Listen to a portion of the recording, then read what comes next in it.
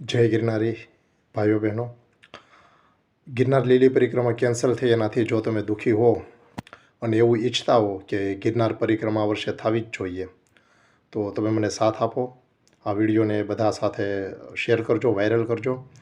કારણ કે આ મુદ્દાને હું આપણા યશસ્વી પ્રધાનમંત્રી શ્રી નરેન્દ્ર મોદીજી, આપણા ગુજરાતના જે વન પર્યાવરણ મંત્રી છે એમની સામે, અને આપણા જૂનાગઢના અત્યારે હાલના વર્તમાન કલેક્ટર છે એ, અને જેટલા પણ અધિકારી, જેટલા પણ તંત્રમાં જે સમાવિષ્ટ વ્યક્તિઓ છે અને સાધુ સંત છે, એમને હું પ્રાર્થના કરીશ અને કહીશ કે આ ગિરનાર લીલી પરિક્રમા જે છે એ અત્યારે કેન્સલ કરવાની જગ્યાએ માગશર મહિનામાં કરી શકાય અને થઈ શકે. માર્ગશીર્ષમાં એકાદશી જે આવે છે, ગીતા જયંતિ, કૃષ્ણ ભગવાને ગીતા કીધી હતી, એ બહુ પરમ પવિત્ર દિવસ છે. કૃષ્ણ ભગવાને જ ગિરનારની પરિક્રમા કરી હતી.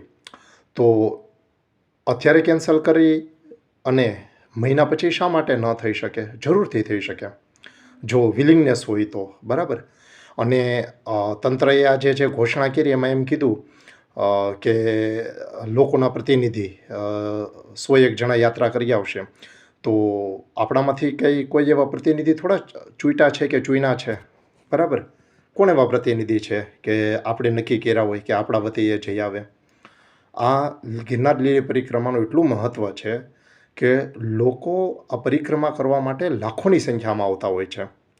તો જેમ મોટા નેતાની રેલી અઠવાડિયા પછી, 15 દિવસ પછી, 2 દિવસ, 5 દિવસ પછી થઈ શકે, તો લીલી પરિક્રમા કેમ ના થઈ શકે? જરૂરથી થઈ શકે.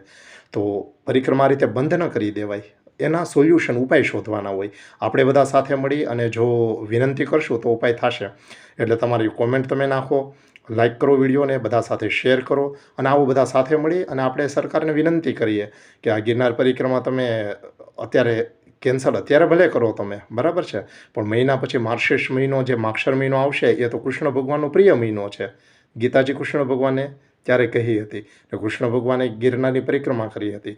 તો અમે લોકો પણ માગશર મહિનામાં પરિક્રમા કરવા તૈયાર છીએ. તો ત્યારે ગોઠવી દો આ વર્ષે. જય ગિરનારી.